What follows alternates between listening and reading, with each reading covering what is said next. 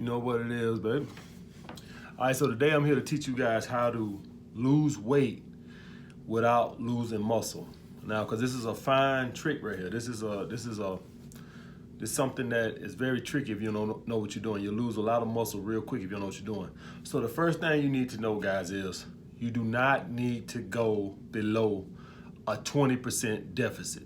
All right, a lot of you guys lose muscle because you go too far in the deficit. So you wake up one morning, you look in the mirror and you fucking hate yourself and you decide, man, I'm just gonna eat vegetables all day and cut all my carbs out.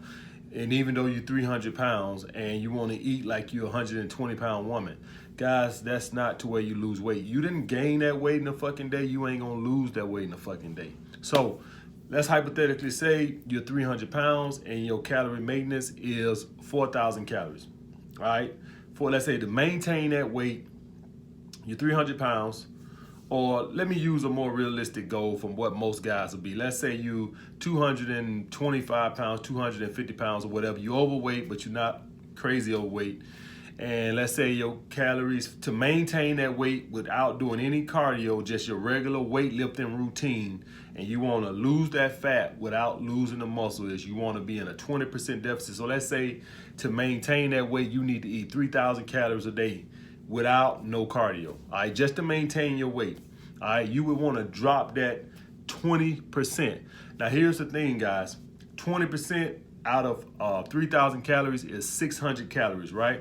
But here's the thing, your cardio counts towards that 600 calories. So let's hypothetically say you eat 3,000 calories a day to maintain your weight, all right, with no cardio.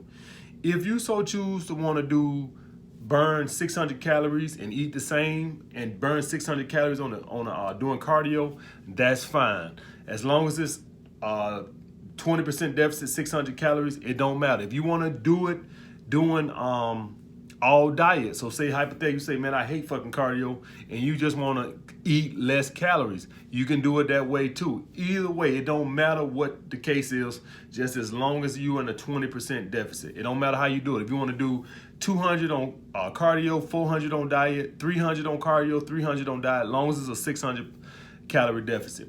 Now, here's the thing, guys. If you go below that, what essentially happens is now you don't have the energy to maintain your lifts. So what do I mean by energy? You haven't given yourself enough calories so you can lift the same weights. So you want to go down in calories so you lose weight, but you still got to give your body enough calories so you can maintain your lifts, so you can maintain your strength, which means that you're lifting the same weights, which means that your muscle won't shrink, won't get smaller because you're lifting the same weights.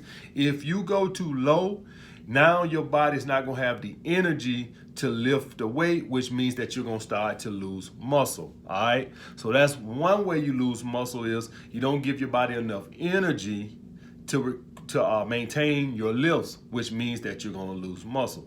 Another way you do it, if you go too far in the deficit, say you go crazy in a deficit, what essentially happens is, guys, our brains need about 30% of the calorie intake we take in. Our brains use about 30% of that. Our brain does everything. Subconscious, all the breathing, our heart, everything with your bowel movements and all that stuff, your brain controls all that without you even thinking about it. All right, so your brain uses a lot of calories just maintaining your body, just maintaining homeostasis, all right, just maintaining that. So what happens is, if you don't consume enough calories, what essentially happens is your body starts to use proteins as blood sugar, all right? So what end up happening is, if you don't take in enough calories, your body will break down your muscle tissue to use it for calories, all right? So say hypothetically, I am eating low calories. All right, let me take this like this. So let's say hypothetically I'm eating low calories and I'm not eating enough calories to maintain my muscle mass.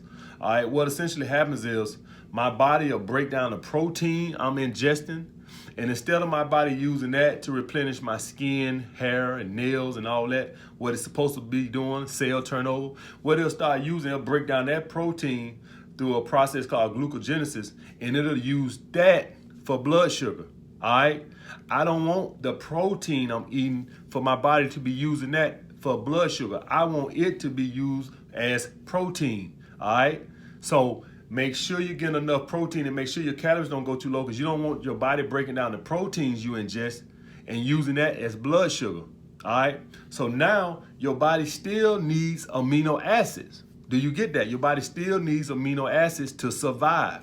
So what will your body do? Well, it'll simply break down your muscle tissue to get the amino acids that it needs to survive. You cannot survive. Your body, you need amino acids for cell turnover. All right. Without that, you will die. Without protein, you will die. So your body will break down muscle tissue to use that for the amino acids. All right. This is a slow process. If you don't eat protein for 2 or 3 days, you ain't gonna lose all your muscle. It's a slow process, but over time, a little here, a little there, you just start noticing you getting weaker in the gym. It's because you're too far in the deficit. Your body is breaking down. Since you ain't giving your body enough blood sugar, what essentially happens is your body starts trying to break down some of the protein you eating as blood sugar, and now your body starts breaking down your muscle tissue for amino acids. It's a chain effect. And why it does that is your body at this point is trying to survive, guys. Which one you think is more important? Muscle mass or keeping your heart beating? All right. Your brain is responsible for keeping your heart beating. All right.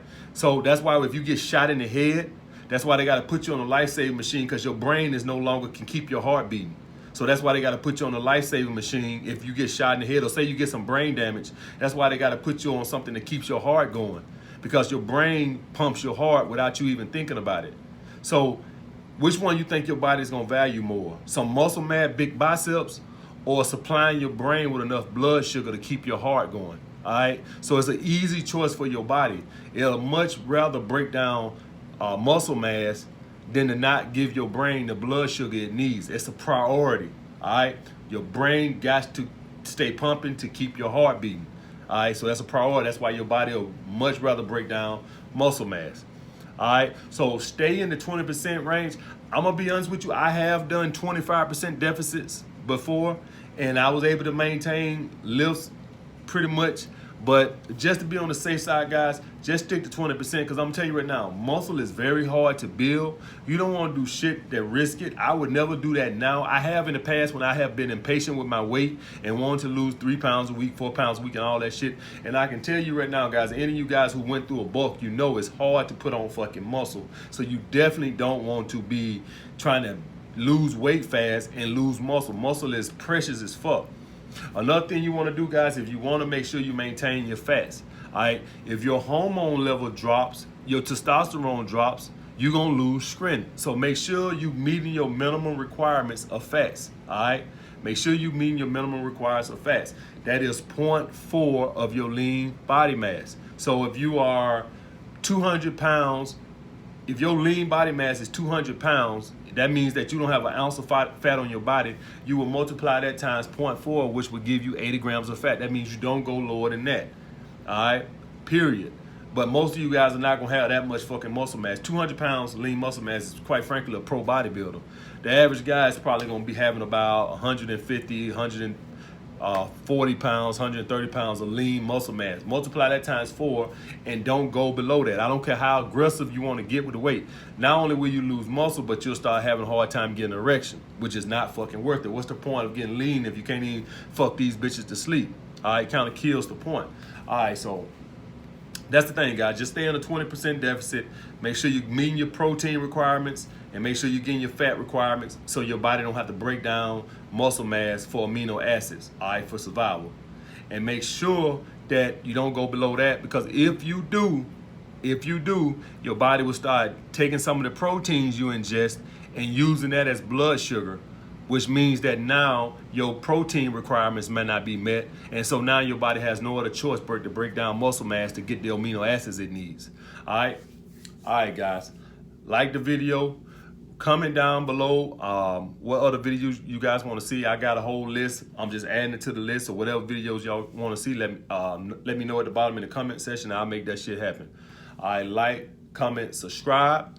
Holla back, guys. Oh yeah, and share the video, guys. Help the channel grow by sharing the video. Appreciate you guys. And if you're looking for the dating videos, go to my Patreon. All the dating videos I'm putting on Patreon. So go to Patreon. Holla back.